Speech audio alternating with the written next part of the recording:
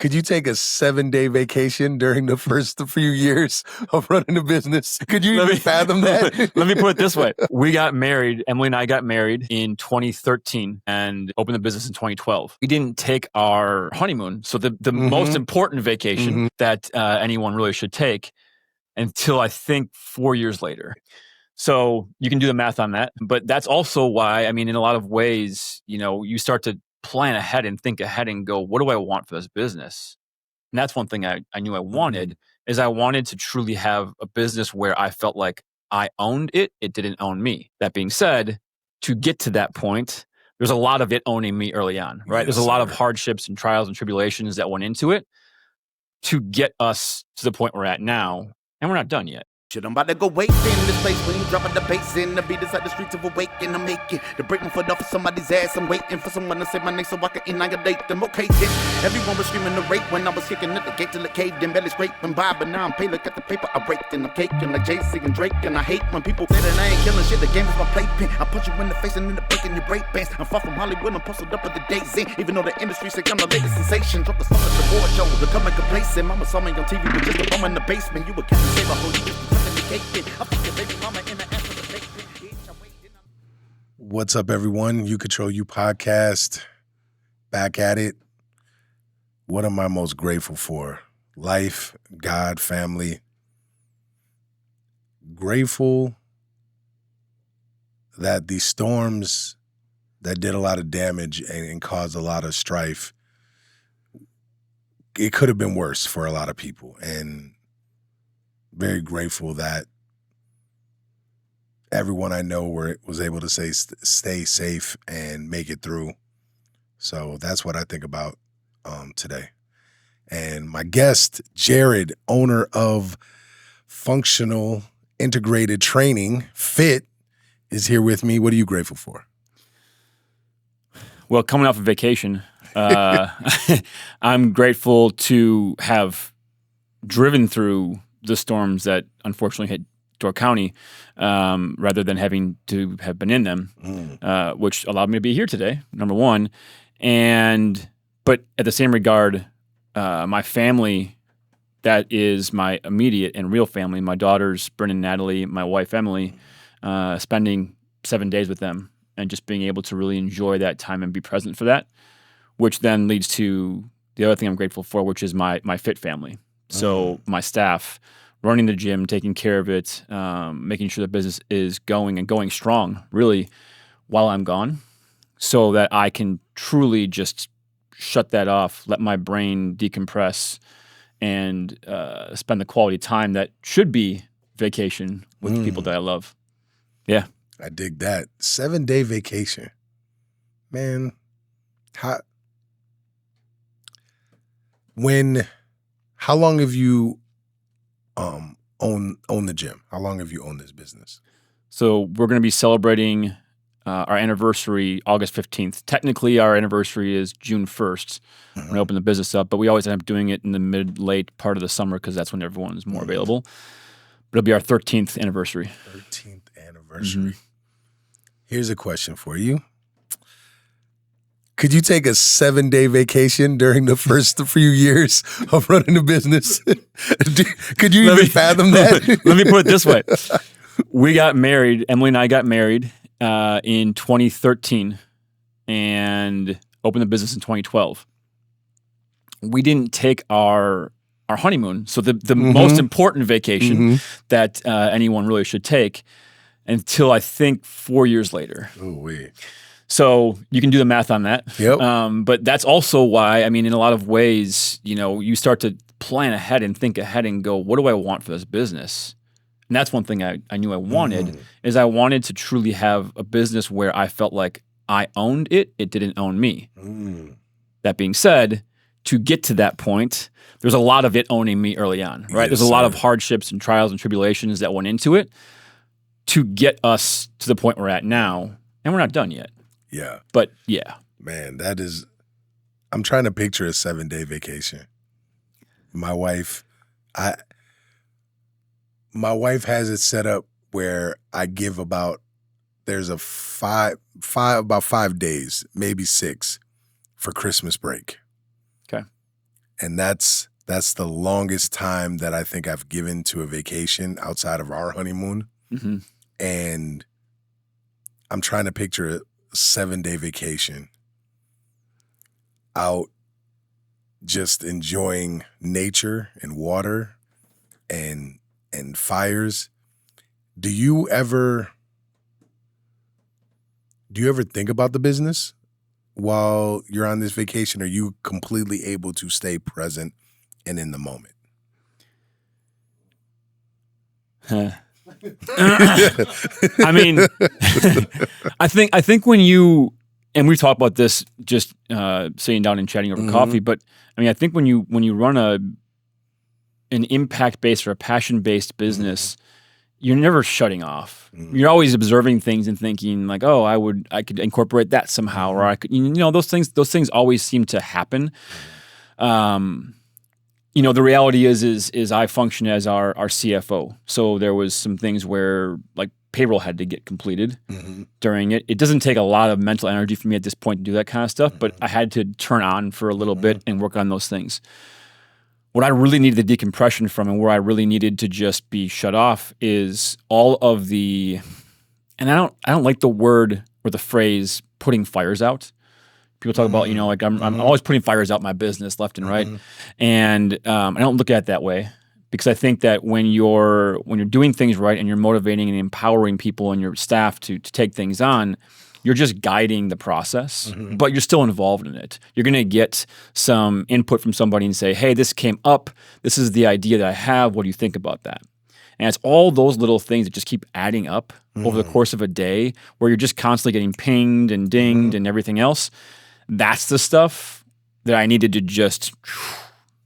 So putting your email on, like, do not disturb, letting the important people know, kind of the gatekeepers to me, like, hey, I'm off limits, letting my executive assistant know, letting our marketing manager and office manager for the gym, our head coach know, hey guys, like I'm off the radar, basically, so that when the things come up I have to deal with, I can deal with them, but they're on my own terms. Yeah. In the morning before the kids wake up, crank out some things and then off we go, or check the inbox just to make sure that I'm not, 8 million emails behind now. Yeah. But it's that kind of stuff that's what I need. I found I need to decompress from, is just those simple, repetitive things that keep coming up that you can't know, you can't expect, but have to get dealt with. And oftentimes I'm the person who just has a final say in, like, yes, it's this, or no, it's this, and here we go. Oh man, that sounds dope. Now when we talked before, if you did mention this, it didn't catch my ear the way it just did. So as a CFO, you just named, I knew you had employees, and we talked about you having someone that's handling your marketing, and didn't know you had an executive assistant. That's dope. But you may have mentioned it before, a head coach. You actually have a head coach. So when you talk about running this business, you're at a spot where you're actually just running the business? Wow. Primarily. I mean, I have some training sessions that I still coach. But as a whole, my work, what I do best is networking, engaging our community, finding opportunities to be on podcasts with people like yourself, and expose people to the things that we do and the things we stand for in our philosophy. That's where my strength really, truly lies.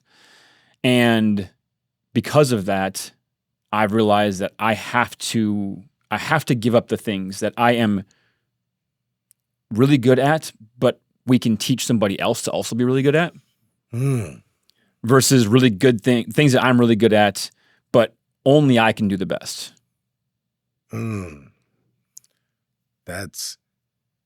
So you've learned how to let go of control of some things in order to take control of different things that will help your business expand. Am I saying that right? Yeah, that's fair. And I think, the expand, and this is what we talked about too, but the expansion is impact.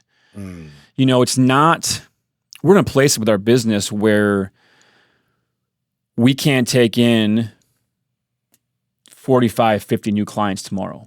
Like we couldn't go and put ads out and just bring in this influx of new people. Number one, it's a big pain in the butt.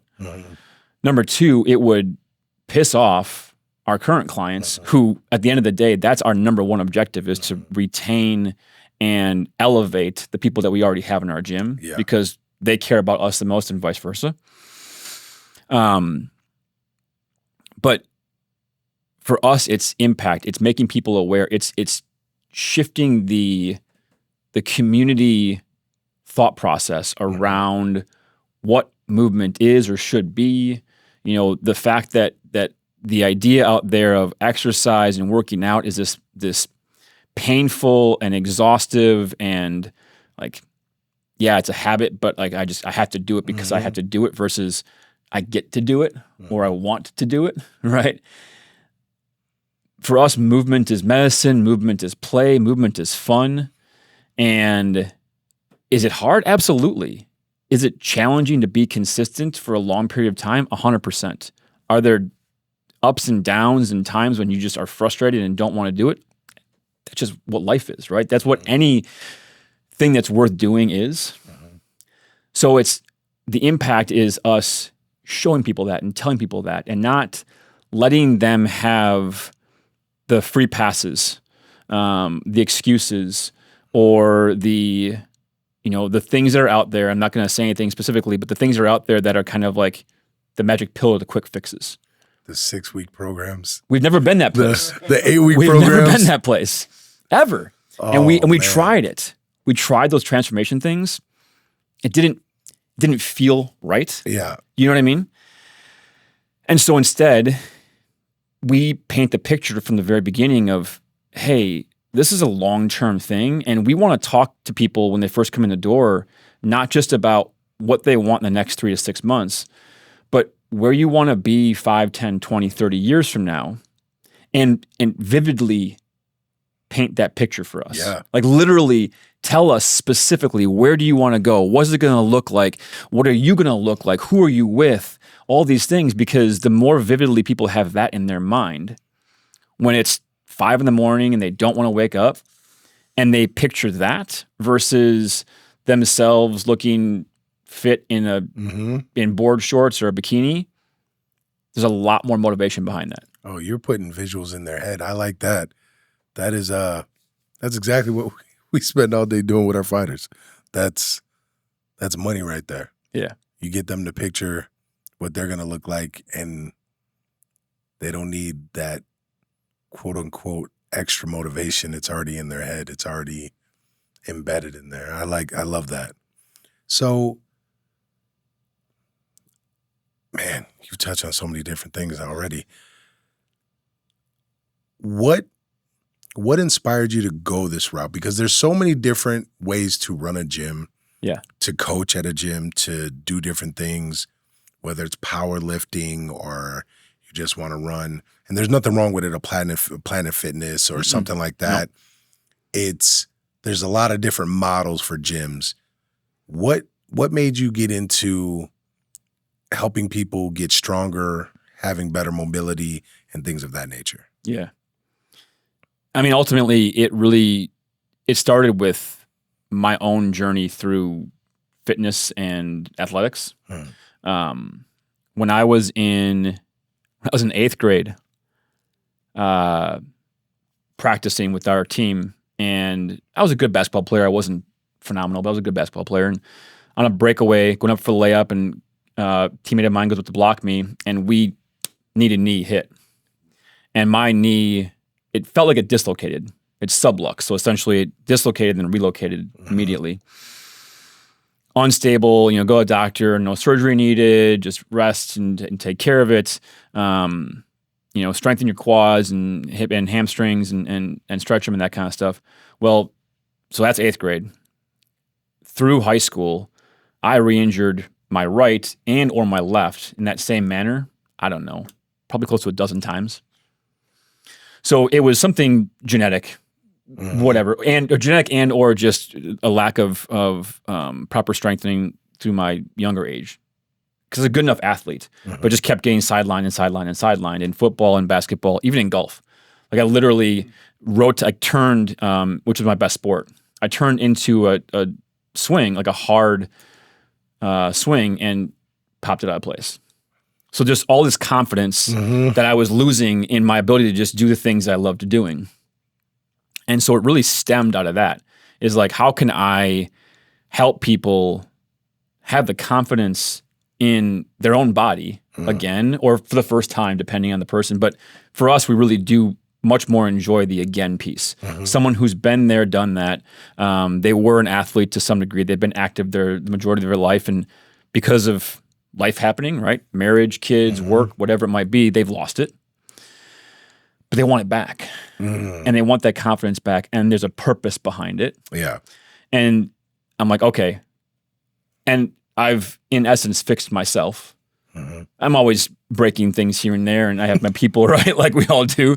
But nothing substantial. And which then allows me to learn, get better for myself, but also be wiser, and then keep refining and developing our training programs to provide the best, it's kind of that 80-20 rule. Like, can we find training programs that address most of the issues for most of the people, 80%, and then that 20% outlier, that's where we have the personalized aspect of things we do, or just the opportunity to be really good coaches and have a wide breadth of knowledge, so that when those opportunities come up, we as coaches know what to do. We're not using those skills all the time, but occasionally we can pull them out when we need to and address those things, or send them to great physical therapists or chiropractors or massage therapists, that kind of thing.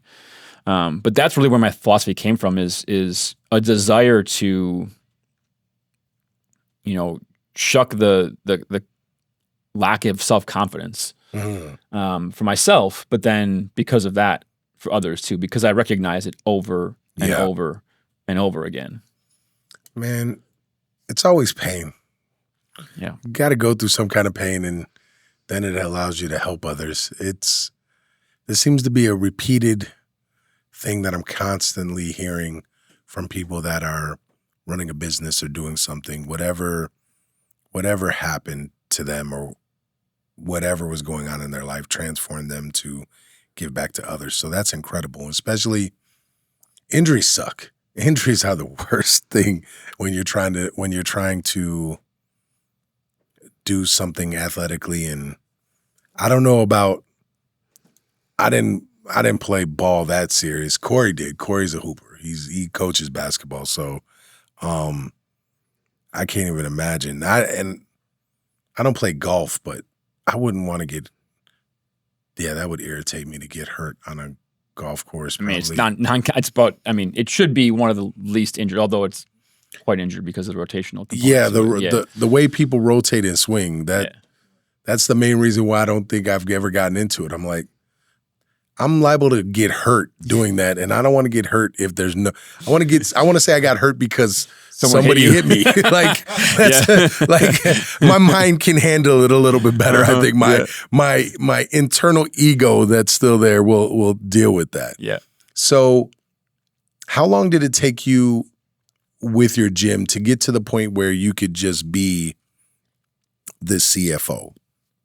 Or mainly be the CFO. Yeah, I mean, it's CFO is a functioning role, and then CEO, right? So the kind of visionary and driving the higher end of things. I can tell you not the date per se, but the month. So October 2024. Recently. Yep. Working with my coaches and everything else, we've been taking things off my plate and figuring things out. October 2024, we hired the most recent guy we hired, and that was to take me out of the last 2 coaching session spots that I was coaching. So 5:30 p.m. Tuesday, Thursday, I was coaching those sessions.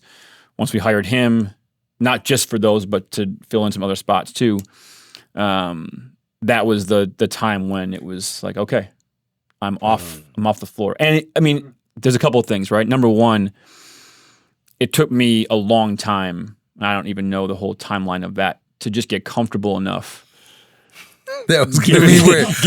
I was getting to that question. So sweet. I like it. Giving up all those sessions and all those people that I cared about, but there's a trust level too, because you see people come in, you see my coaches come in, and we have a way of kind of taking a coach off the floor or transitioning somebody out if they're leaving us for whatever reason and transitioning somebody else in. Like our clients need to trust them and have a relationship with them. And when you start to see that, or in some cases I would observe it from afar, like from my office, or just maybe I'm working out, but I'm still listening what's going on. And you hear conversations that are being had, or you hear people saying things to the coach, and you're like, they almost trust that person at this point now more than they trust me. And so then it's like, then it becomes easier, right? Then all of a sudden you go, okay, I can back away from this because I'm not needed in that capacity, right? The second thing that I realized, and I realize it more and more now as I'm starting to find more solid ground on my roles in the gym, and then building another business with Fit Legacy, which is speaking in performance coaching, is I can't focus on being the best for our clients in those sessions anymore. And so my coaches have this passion for learning the same way I do.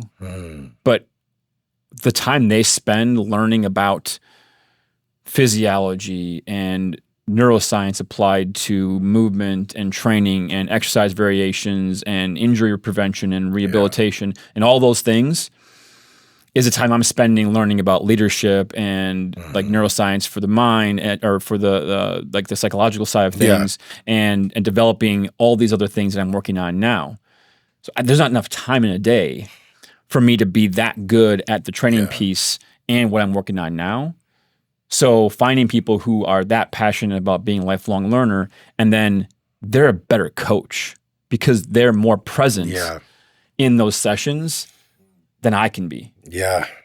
Oh man, you're just brother, you are an inspiration, because let me tell you, it's this is what's fun, is being able to speak with people that I look at as one to 5 steps ahead of me right now. Okay. And where I want to go. And I believe I'm trying to understand how to let it go, because I'm getting to Corey too. Corey's in a different boat. Corey's at a place where he's trying to find the right individuals to bring in here that could be reliable and stick with it. Relationship. Yeah, that's going through it. And like, I think anybody that's owned a business understands you have a couple people like, yeah, cool. And then it doesn't work out and it's like, oh, I got to start over. I'm at a point where I am having people starting to lead other classes. And it's still letting it go. And my goal is to where I'm not teaching any classes. Yeah. I just want to coach my fighters. I want to show up, jump in a cage, pad feed them, do film study with them, do that, and then run the business. But I don't want to teach classes. And I say that now. But the moment you take my classes away, I want to teach classes. It's that getting to that point, and I don't know if you were at that point where, well, I need to let go. You do, but it's you're saying no. I'm okay. I guess this is I'm framing this. Sure. Did you get to were you at a point where you were sort of, I know I need to let it go, but I don't want. I'm afraid to let it go. Yeah. And what helped you get past that? What helped you let go of that control? I mean, there's a lot of things I can go down. One of the things that I think really, and this is a me thing, maybe it's a you thing too. I feel like it is certainly a thing when it comes to people who are coaches or teachers. I mean, I think coaching and teaching is a very synonymous term. Is I had travel obligations for like a mastermind group that I was a part of, or if I had an opportunity to speak or going to summits and that sort of thing, a lot of times, like I was the one who was going to go to those things, not necessarily my coaches. They were welcome to come, but a lot of times they didn't want to. I felt like I was letting down the clients that I coached when I left for those things. I felt like I was letting down or forcing the hand of my staff. Like I've been more conscientious in the last probably 5 or 6 years of my staff, like protecting them. I mean, the sessions that we run, people ask us like, do you have sessions at 6 or 6:30 p.m.? I'm like, no, we don't. The reason is because I want my coaches out of the gym at 7 p.m. Maybe they got to come and coach at 5:30 in the morning. And some of my guys, like my 2 most full-time coaches that aren't Max, my head coach, do that on a regular basis. But the purpose of that also is that they can have a life and have time at home and not go home, shove food down their throats, go to bed, and wake up and do the same thing, and it's just on repeat, right? That causes burnout. Yeah. And I want to retain my coaches because in my opinion, if I retain my coaches to a very high level, we're going to retain our clients at a very high level, and we have. And we've proven that with stats over and over and over again. And so when I would leave, I would feel like I'm over-obligating my staff to cover my sessions. Yeah. So I felt bad. Like I would literally leave for these trips, and I didn't want to leave because I felt bad that I was obligating somebody else to do it. So that was a big part because when you can leave and then you get more out of those times when you spend with people who are thinking higher level, doing higher level things because you're not worried about what's happening at the gym, not because you don't trust the people there, because you're worried about like how burnt out are they getting for this week that I'm gone or these couple days I'm gone. That was one of the big pieces that was continually in my head and consistently in my head enough to be like, okay, I got to do something about this.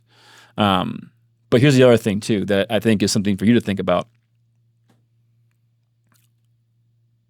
The people that and I've seen this because I've been around enough fitness business owners or service-based business owner groups and masterminds, whatever you want to call it. When we don't have something bigger to do that still aligns with our values, our passion, our mission, we're just going to go in and keep breaking stuff. Right? You go back in and do something to screw it up. And like, why did I do that? Like, I was the only one that did that. I screwed it up. Right? So if you can have something else, which for me, it's been this idea of speaking.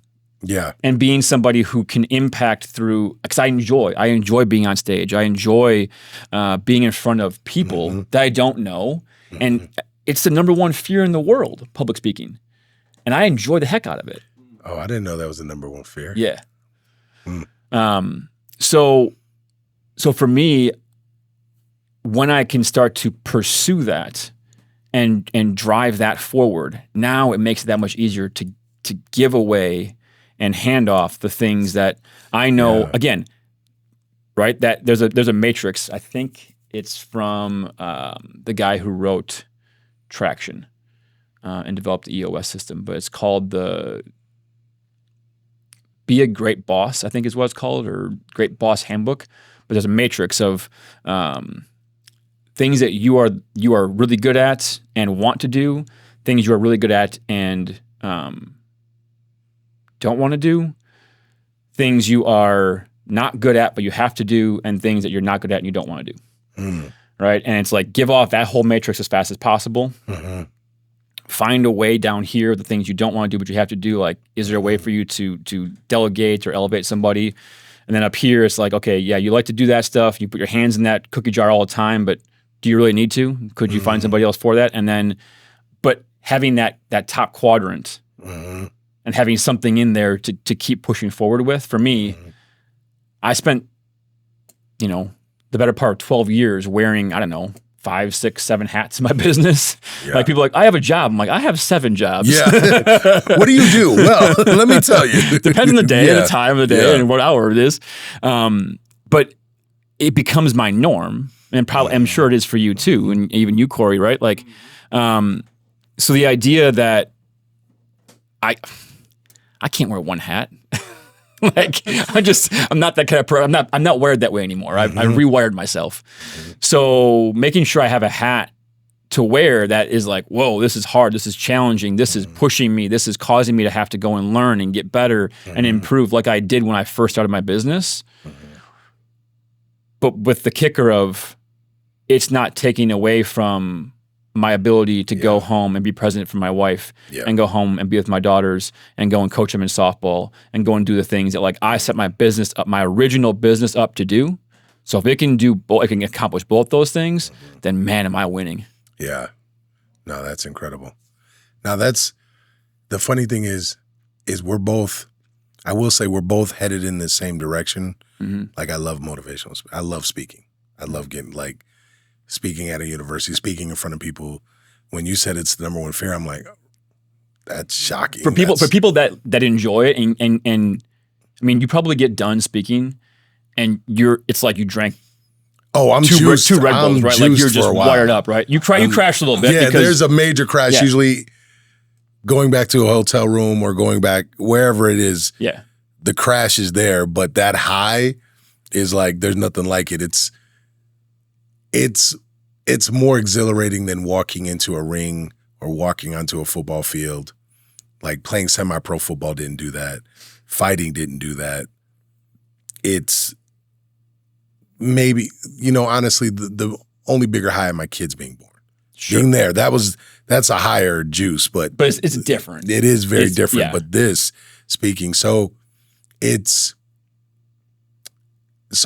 cool that you mentioned that. And actually, some of the things that you were saying made me think of Corey because Corey did that matrix system with me when I got into this. Okay. He's like, look, this is what you're good at. Let me be the pilot. You more or less be the stewardess because you're really good at talking. You're really good at doing this. Yeah. You go around and you make this happen. Let me just sort of organize this over here a little bit. And the system has worked well. And I've been able to learn more and get better at certain things that I really sucked at before that I've been able to apply at my gym. But listening to you talk about it, it's amazing to hear you speak about letting go of control.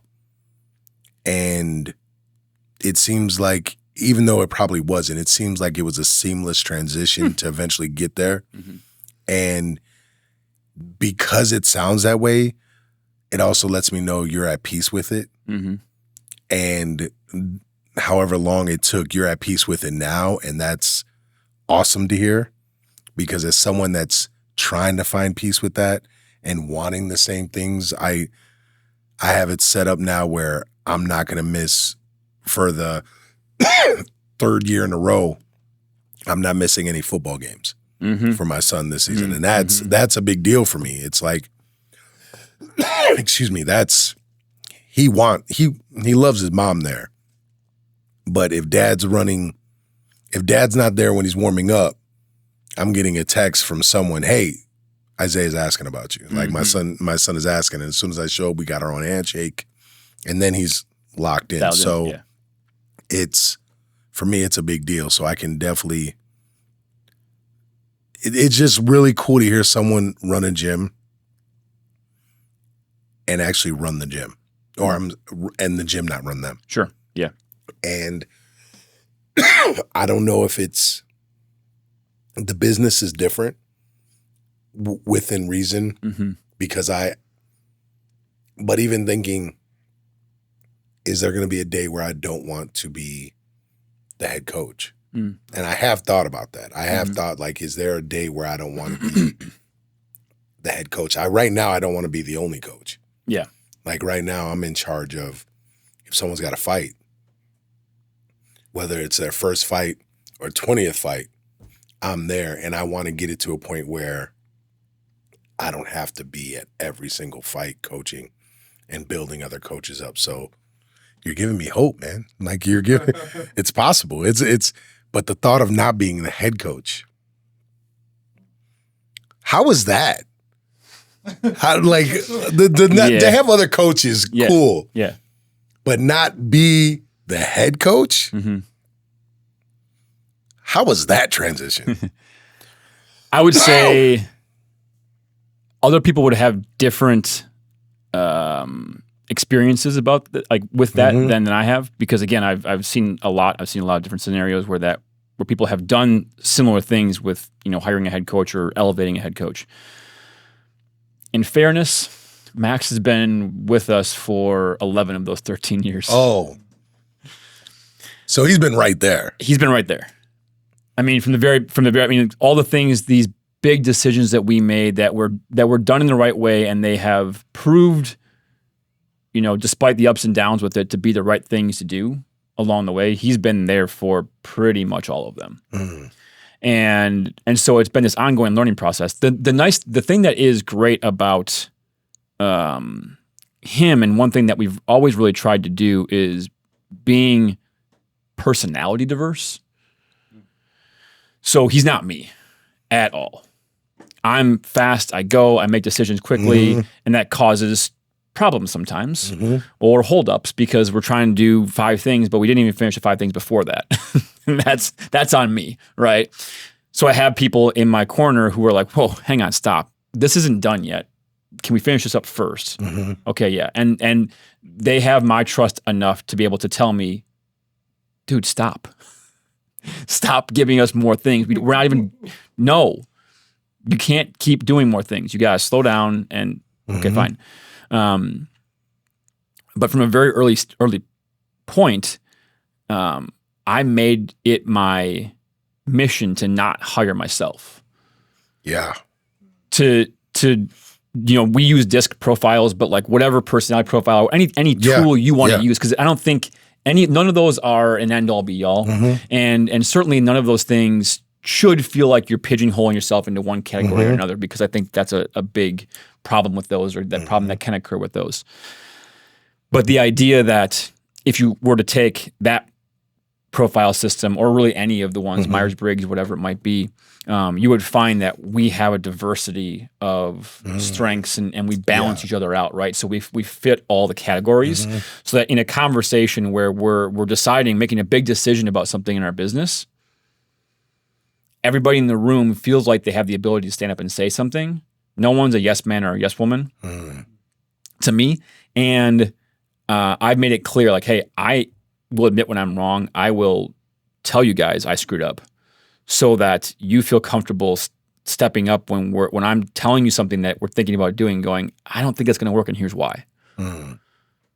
Because then all of a sudden we have a conversation that is effective, and we have perspectives. Yeah. Because my perspective at this point is also of business growth, development, moving us forward. But I've got, 4 coaches and 2 office staff that are day-to-day in it with our clients. And their feedback is monumentally important. Yeah. But they have to feel as though they, even if they're not on our leadership team, that they are at a place in their role with us where they can step up and say something, versus just saying, yep, I understand, I'll do that.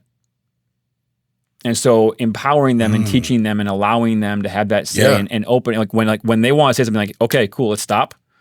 What do you want to say? And listen. No, that's big. And take it. And oftentimes, too, changing what we're doing, even in the slightest way sometimes, to demonstrate, we heard you and we think this is a good idea. Because it's one thing to say, we want to hear your thoughts and ideas, and then never do anything. Never take in the feed, as if any of that information that they gave you matters. Because at a certain point, they're going to be like, well, he's just telling me for the purpose of saying that that's what he feels like he should do, and then he's not going to ever actually act on any of those things, right? So there's steps in that whole process, because there's a lot of things out there like, oh yeah, well, let your employees speak up and say their mind, and if you don't do what they do, the fact that they said they spoke their mind is going to be enough, which to some degree is true. But at a certain point, if behaviors continue the same way over and over again, eventually they're going to stop talking and bringing things up, or they're going to be like, fine, I'll say my piece, but it's not even going to matter. Yeah. And those are not two situations that you ever want to encounter when you're in business. That's the disconnect. If your people start disconnecting with the business, and especially when you deal with clients, that's you're just torpedoing. You're blowing up your own business right there, basically. Yeah. That's crazy. Mm-hmm. No, that's amazing to hear. I have a question for you now. All right. How was this one? I'm always interested in this one. I love hearing men's perspective because it's always roughly the same. Always. So I'll be shocked if I hear something different. How long did it take you to divide work and family properly? There is no balance. Harmony, right? Yeah, harmony. Yeah, I do not believe when someone tells me balance, I'm like, this isn't a 50-50 balance here, because if things go crazy at work, that I have to be there. Otherwise, home is not right. So I don't believe in that 50-50 balance, but I like you used the beautiful word there, harmony. When did you find harmony? Or how long did it take? It's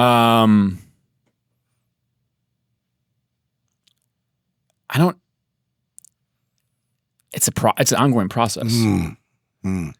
And one, I have a very forgiving and considerate wife, but she got into it out of the gate. I mean, we started dating, when I owned the business. I mean, and when I was in it 80, 90 hours a week, and that was what it was going to be. So we've been through that whole process together. I think that it's communication. So we're on the same page that way. I mean, I can definitely tell you, I'm looking forward to the summer being over, because right now I have to get the girls to summer camp at 7:45, so my day can't really start before then, and I have to pick them up before 3:30. So it's like my window of work day is pretty small, very small, and so it's challenging. But you keep adapting and modifying and finding a way. You know what I mean? And I think that so the communication piece is big. I don't think it's ever done. It's just ever evolving. But here I will say this too, and this is something that I want to bring up when you're talking about your son playing football, is last summer I helped coach our girls' rec softball team. So my girls they just turned 9. They had their birthday in our little vacation that we had. And Bryn played travel softball this last year. So we practiced through the wintertime, and I would go, and she wanted to pitch. So we would go on Fridays and pitch in the afternoon in the gym, and then Sunday mornings we'd go and we'd train with the team and do a practice and that kind of stuff. And then that evolved into tournaments, right? So you develop this bond we had 18 girls in this team. And then the rec girls as well. And then Natalie joined that, and now they're both going to play travel ball this next year. But that was a big piece for me. You talk about like being okay with handing off the coaching and being and finding harmony and that quote unquote balance, between work and family and all those things is with athletics, and it just happens to be softball. That same idea of the girls wanting me to be there, wanting to be their coach, wanting to go and practice with dad, wanting to go and play catch or pitch with dad or go hit with dad. When that kind of stuff is happening, it makes it much easier to find a way to give up control, to delegate, whatever else, because it's like that's what I'm in it for. Right? Like not only am I in it for them for that time, but like I want to be able to like it's why I move. It's why I train in part too. It's like, I want, when they say, Dad, let's race, or Dad, let's go and do this or that, it's like, I don't want it to be like, oh, my back hurts, or like, absolutely, let's go do it. Like I say, like, I will facilitate until I'm blue in the face, but I will not force it, right? Yeah. Like, but if you want to, if Bryn wants to go out and catch or pitch, and Nelly wants to go catch, and they need somebody to be a backstop, like, absolutely, without question. It doesn't matter what time of day, what time of night, let's do it. But I have to be physically capable to do those things. Yeah. And be able to be present also, you know? And I, I'm not gonna sit here and say that there aren't times when it's like work comes first. Work has to come first sometimes, and it can't always be this just, go play, have fun. But when those opportunities arise and you realize how much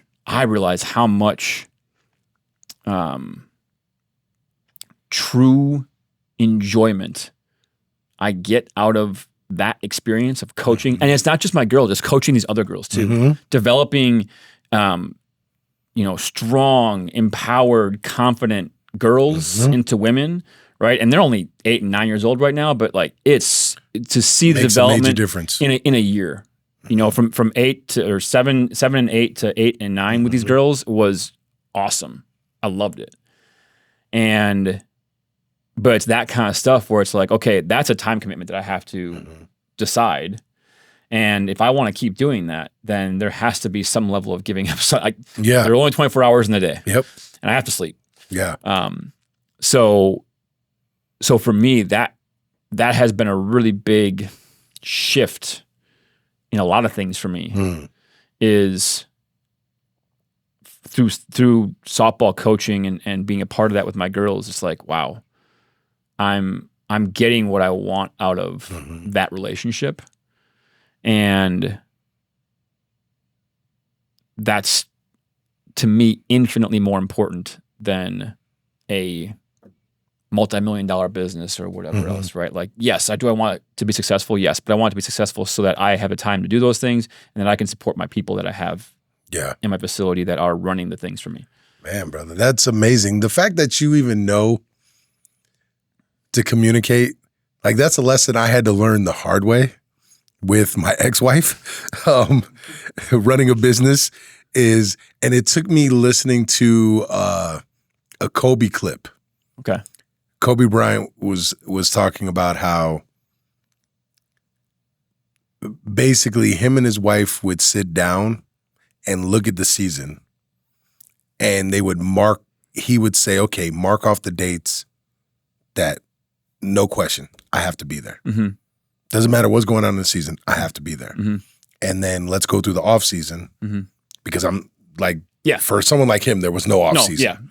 So like, let me know what needs to be there. And then listening to just other business owners and things of that nature. And it came down to the communication of, hey, I'm building this business.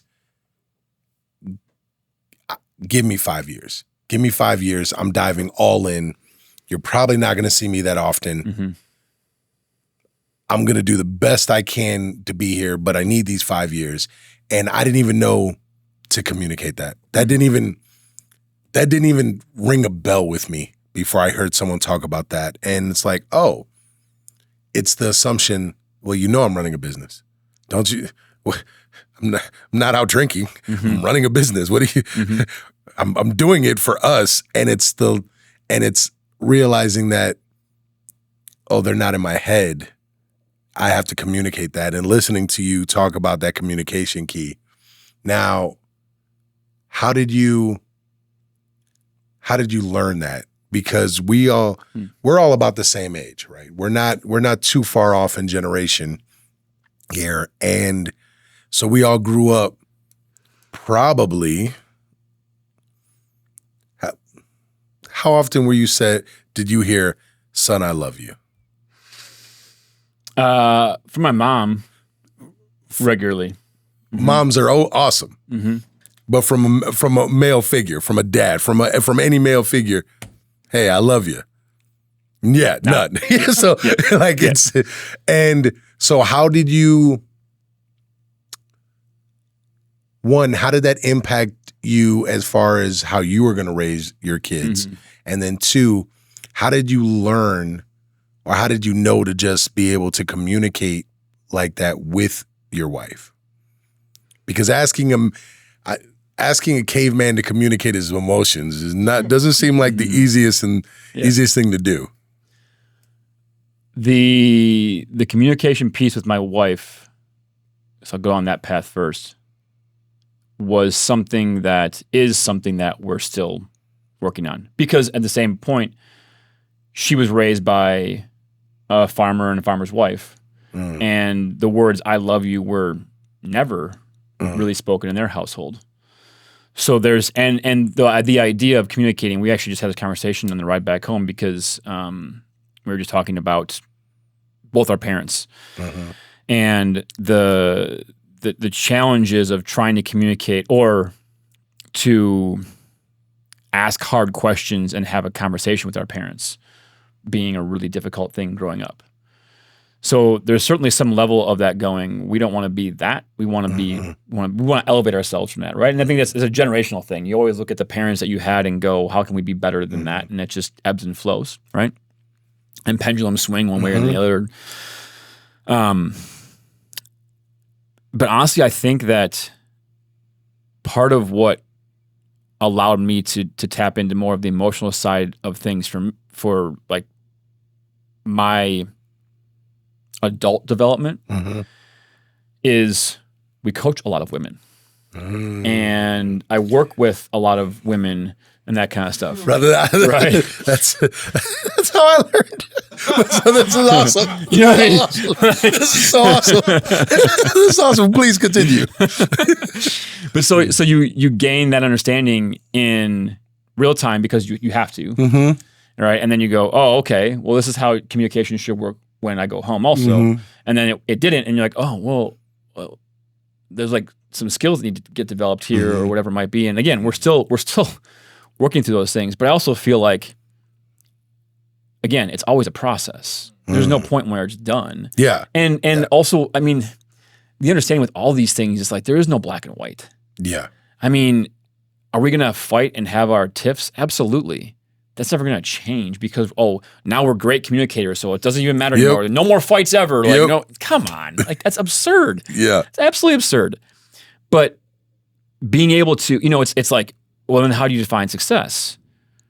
For us, it's not that we fight, it's that we talk about what we're struggling with faster, quicker, or the things that used to cause these blow-ups. And I'm more guilty about this than my wife is like, I'll sit and ruminate on things, and all of a sudden, like one thing, she'll say one thing, and it's not that big of a deal, and I'll blow up, right? And I do it, and I know I do it, and I still do it, right?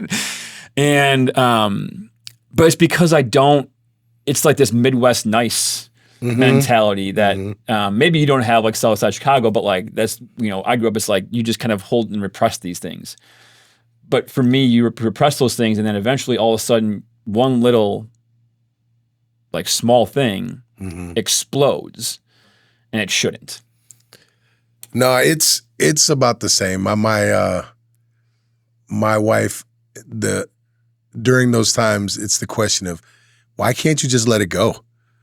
It's like, I will literally play, it's the way I describe it is I'm playing chess in my head, and I can't figure out what, it's like I'm trying to solve a problem that I now realize that I cannot solve.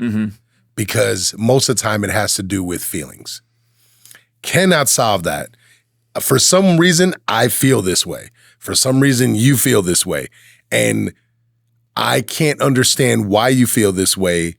And I don't understand why you can't understand why I feel this way.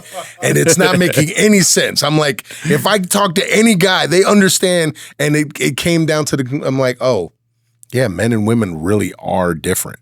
They're the way they look at life. And I mean, humans look at life differently. So I 100% understand what you mean by it's almost like you're unstuck.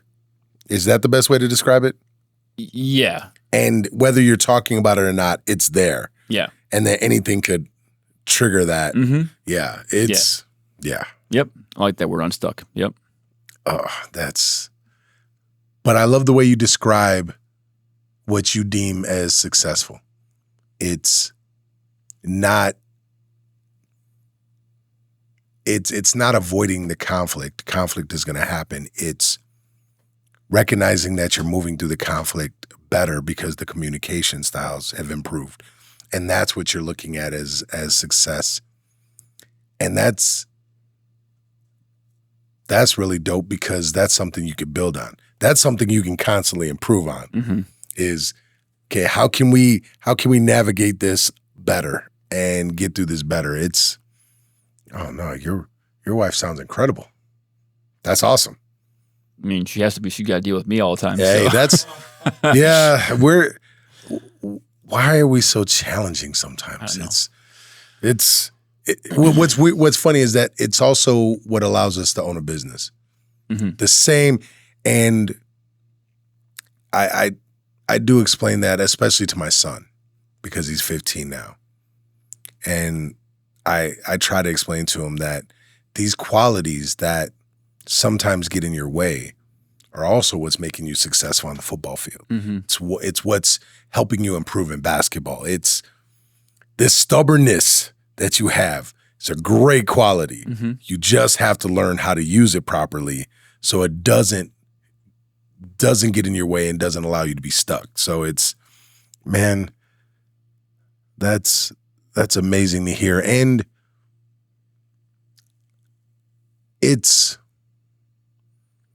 what's one of the things that when it comes to being a father, that you made it a point to do differently than how you were raised? If there's more than one, that's fine. But. Yeah. And it doesn't have to be a drastic change. I don't think it has to be anything drastic. Well, so honestly, I mean, it kind of is. So my dad was a mason, bricklayer, for 38 years for the same company. Oh. So literally apprenticeship through retirement, same company. And in him, I earned a work ethic. I don't know what kind of hours he put in realistically, but it was probably 60 hours a week at least. Laying brick, laying cinder block most of the time. Because they were building buildings in Milwaukee for commercial buildings, brick commercial buildings, you know. And then on the side, he would help build houses and build fireplaces and front walkways and whatever.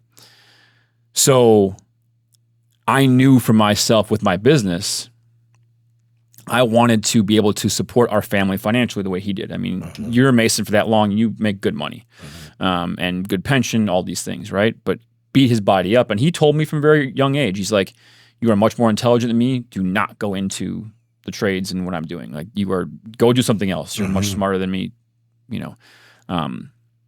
Which, looking back on it, he's an artist. I mean, that's a whole nother conversation. But the things he could do with brick and stone was absurd.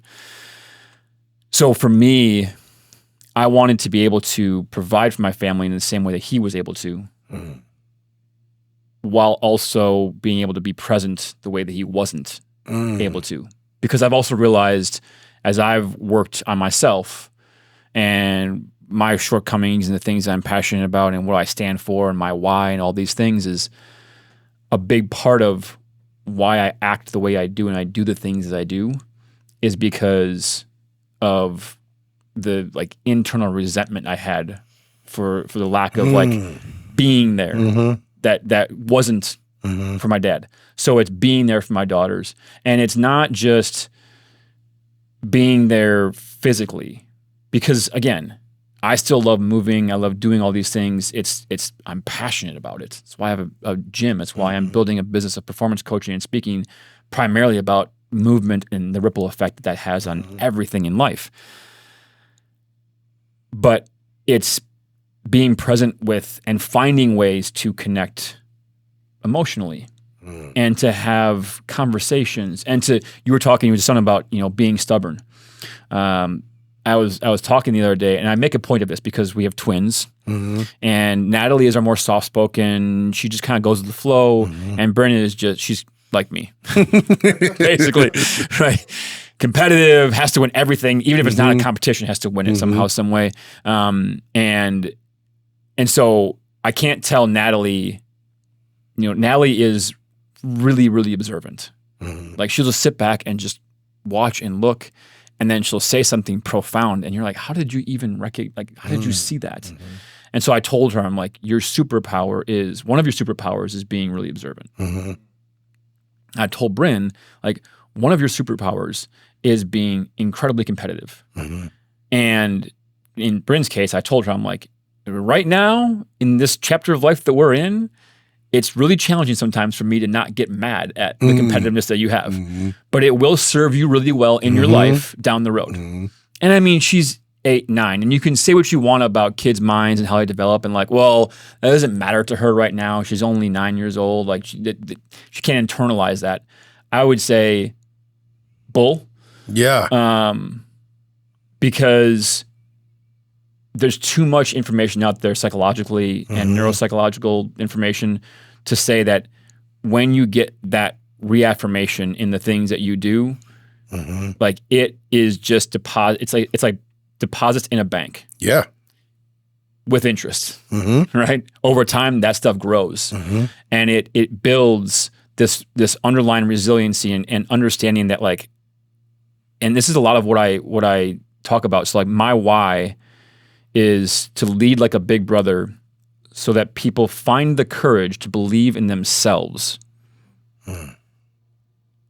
I firmly believe that we all have all of it inside, because we are not even close to understanding what the human body is capable of.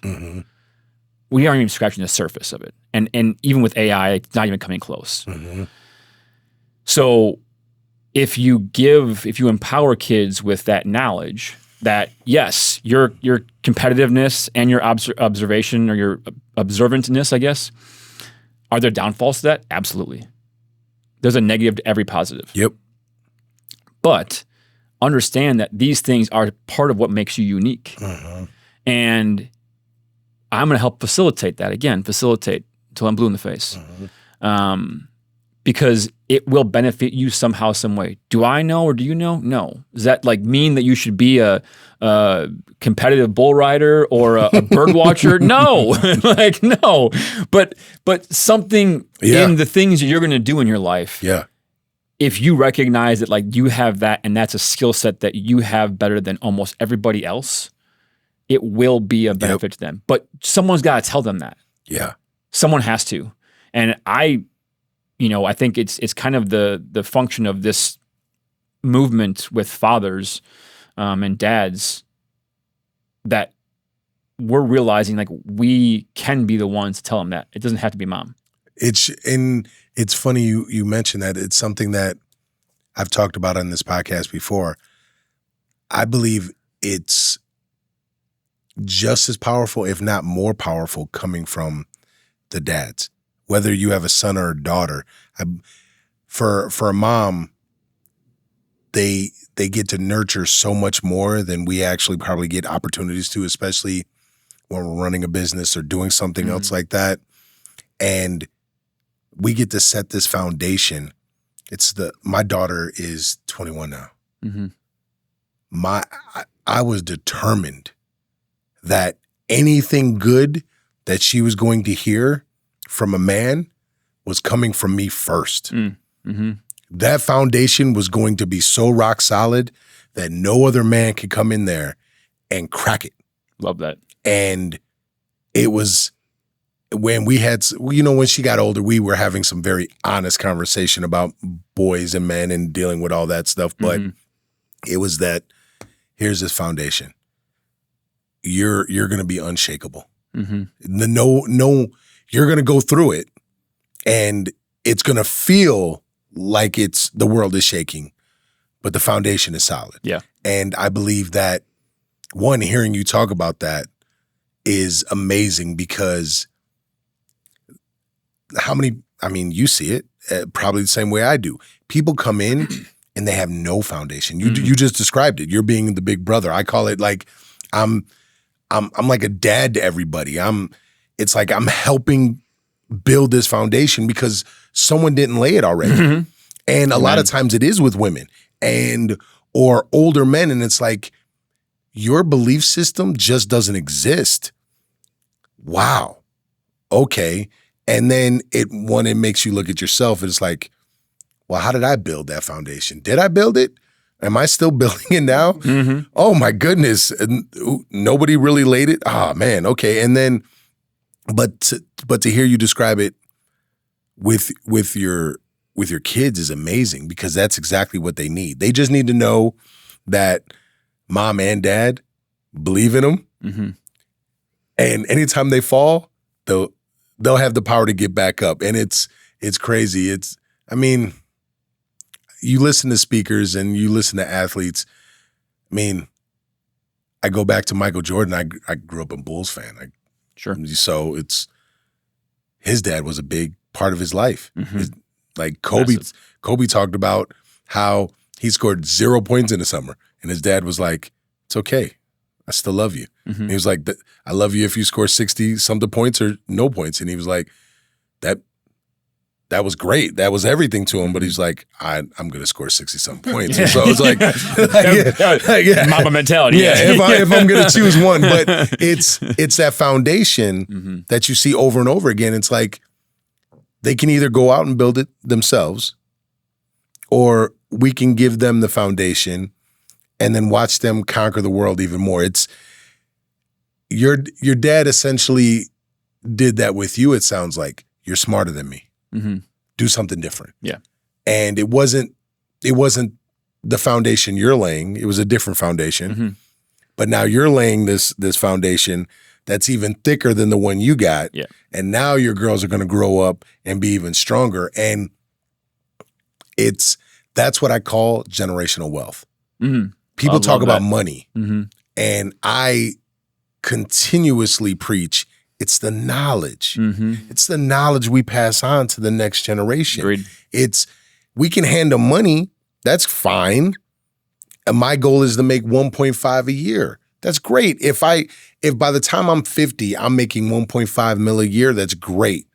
But now if I can hand to my kids that knowledge, I'm 45. So that'll put my daughter, a couple decades ahead of me, a few decades ahead of me. It'll put my son light years ahead of me.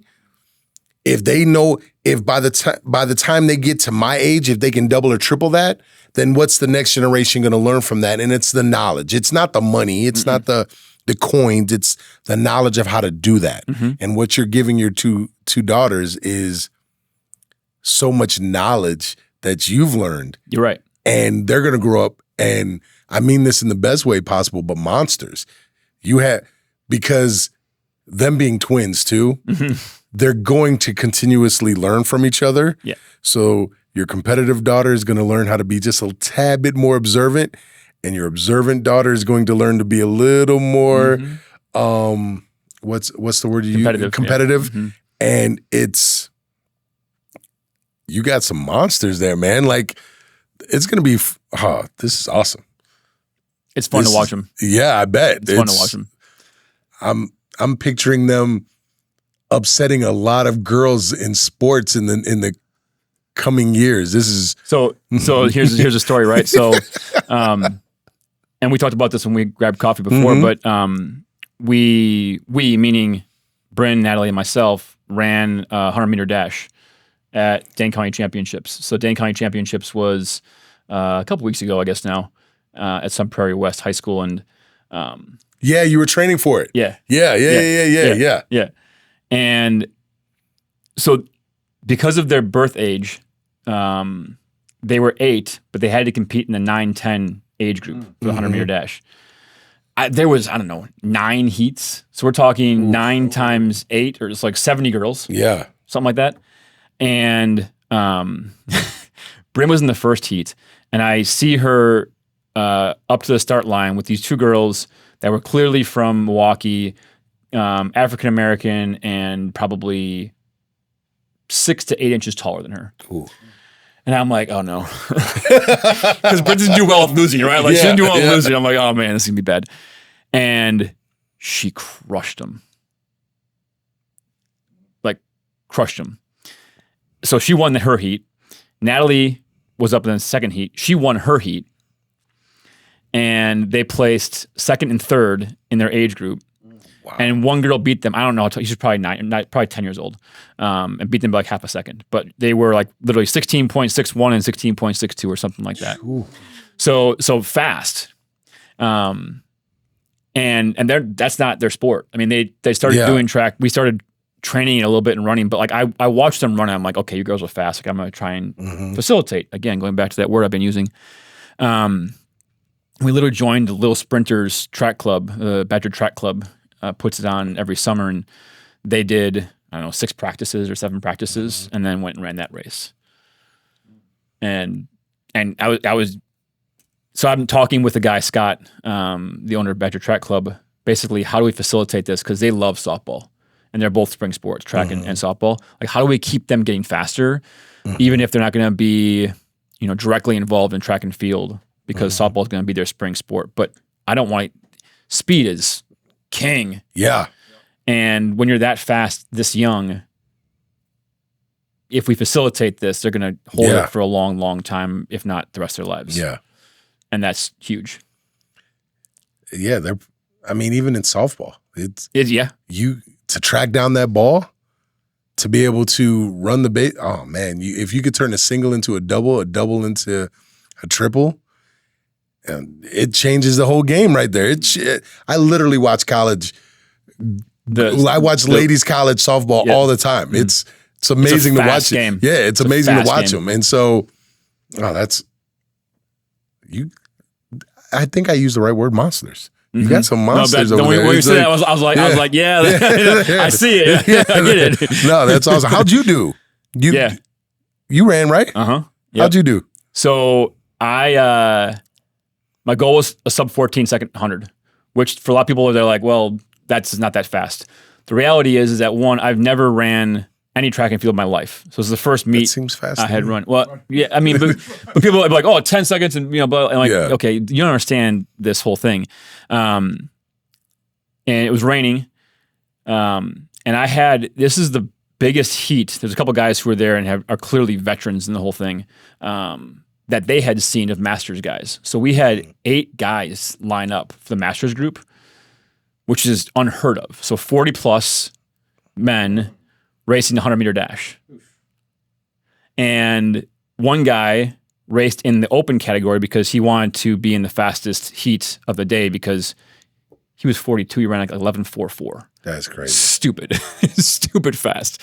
And in my heat, there was 2 guys who I was pretty sure were going to beat me, and the one ran like a 12.15, and the other one ran like a 13.1 or something like that. I ran a 13.79. Yep. So broke my 14. And it was a blast. It was raining, like all this other stuff, and it was just a ton of fun. So I'm gonna keep doing it. That's awesome because it was fun, and it's a community I had never been a part of. I had never seen that track community, and it is massive. Yeah. Man, it is crazy.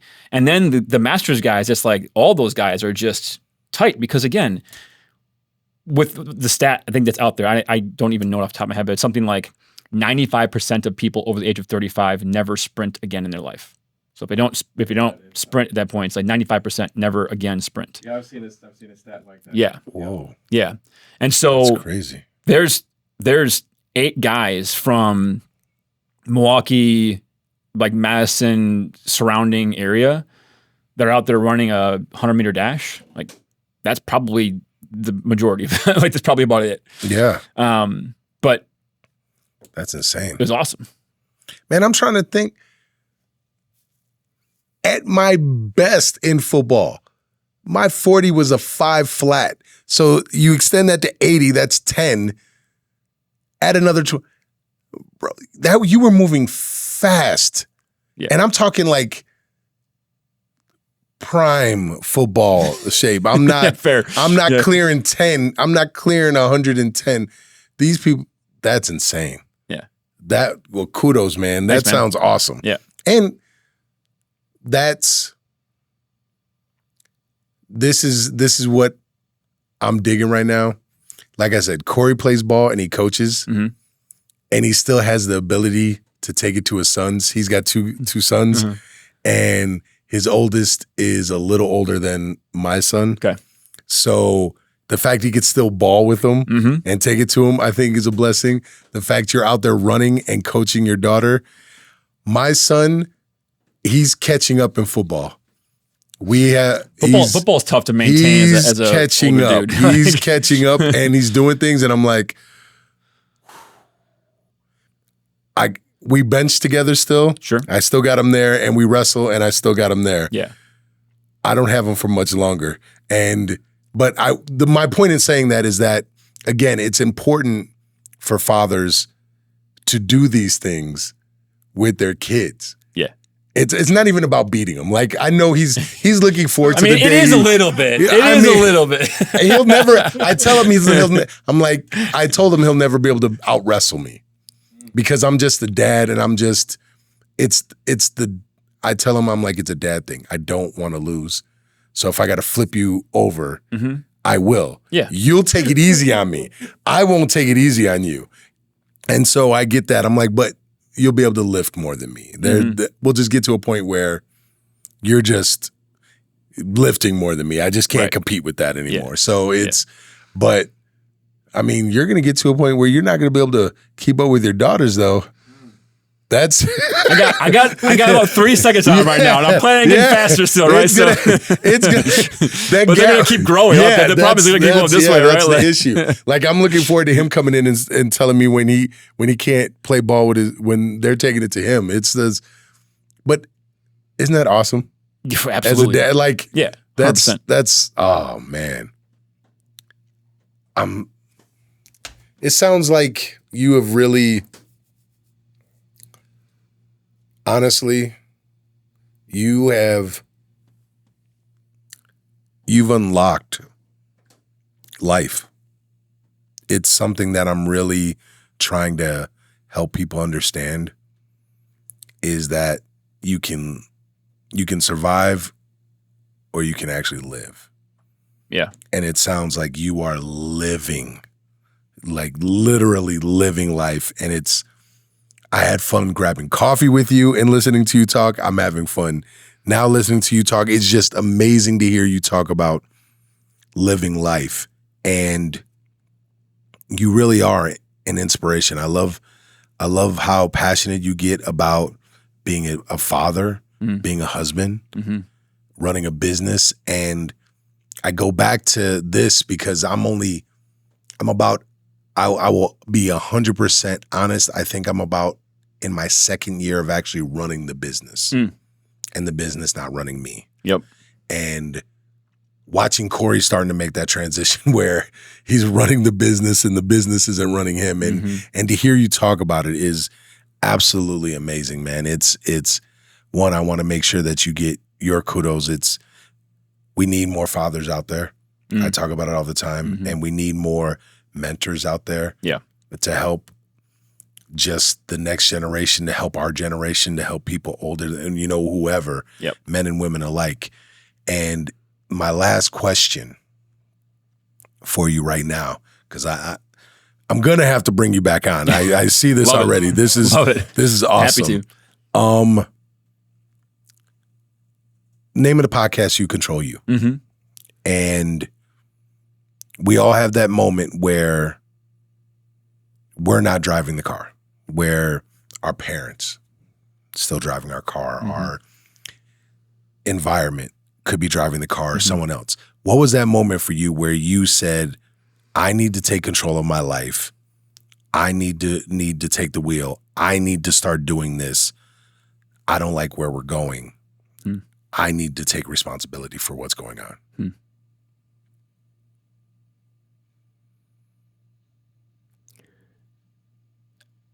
I mean, there's points in my life, but the one that comes to mind, because I've talked about it, and I feel like in a lot of ways it's part of, it's like the start of my story to being a health conscious person, being somebody who's promoting and inspiring a healthy lifestyle.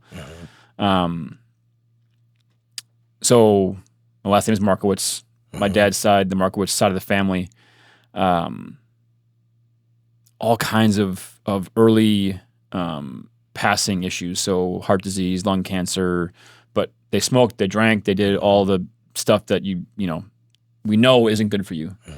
And when I was 12 or 13, I made the conscious choice to stop drinking soda.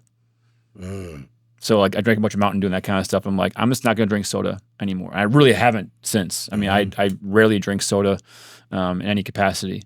And it was kind of my way of saying, yes, I'm a Markowitz, but I will not let that define me because I don't believe that it's this genetic thing.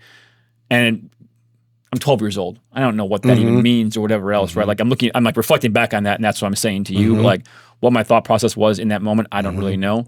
But it was one of those things where it was like, I'm not willing to, I have more to give to this world than 40 or 50 years. Like I have more to give than that. And sure, there's things you can't control, but there's a lot of things you can to facilitate the opportunity. So that was my like really resonant moment that like in my life where I was like, all right, I'm taking back control of this because it's being promoted to me as, well, you're a Markowitz. You're going to end up with heart disease. You're going to die between 50 and 60. You know what I mean? Yeah. Or younger. Yeah. But it's like, but I don't have to smoke. I don't have to drink. And I did those things. And I've gotten back away from those things. But for me, it was like at the time, it was drinking soda that I looked at. I'm like, this is a pretty unhealthy thing. I'm going to stop doing it.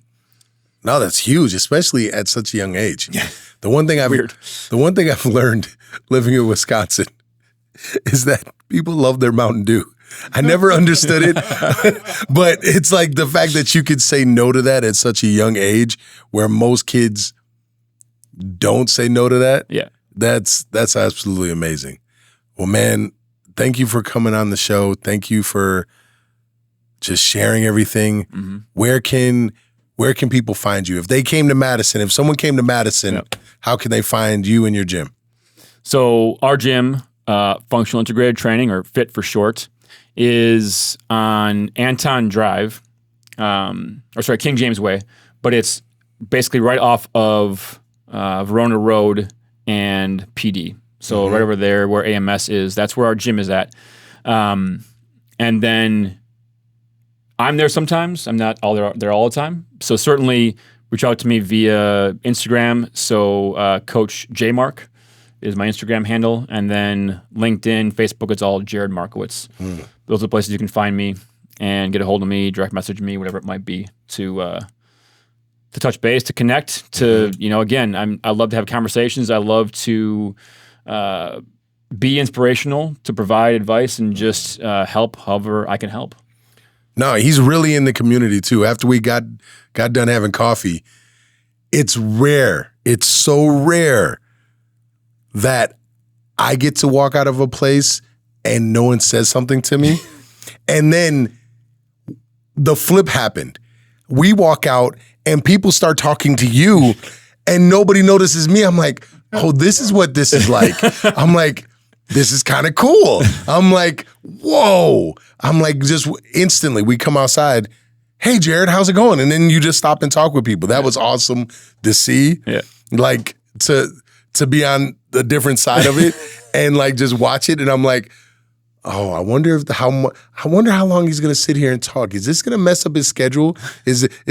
Man, I'm like, how long is he gonna engage with the community right now? And this is like in all those thoughts because I know what it's like to get stopped. But he's really out here. People know who he is. Please check out his gym when you come in town. And again, thank you for joining us. This is You Control You. We out. Peace. Shit, I'm about to go wait in this place when you dropping the bass in. The beat inside the streets of awaken. I'm making to break my foot off of somebody's ass. I'm waiting for someone to say my name so I can annihilate them. Okay, then everyone was screaming the rape when I was kicking at the gate till it caved in, belly scraping by. But now I'm paid. Look at the paper I raked and I'm caking like Jay-Z and Drake. And I hate when people say that I ain't killing shit. The game is my playpen. I punch you in the face and in the bacon. shaking your break bands. I'm far from Hollywood, I'm posted up at the days in. Even though the industry say I'm the latest sensation. Drop the song at the award show, becoming complacent. Mama saw me on TV with just a bum in the basement. You a Captain Saber, who you just tucking the cake in. I think your baby mama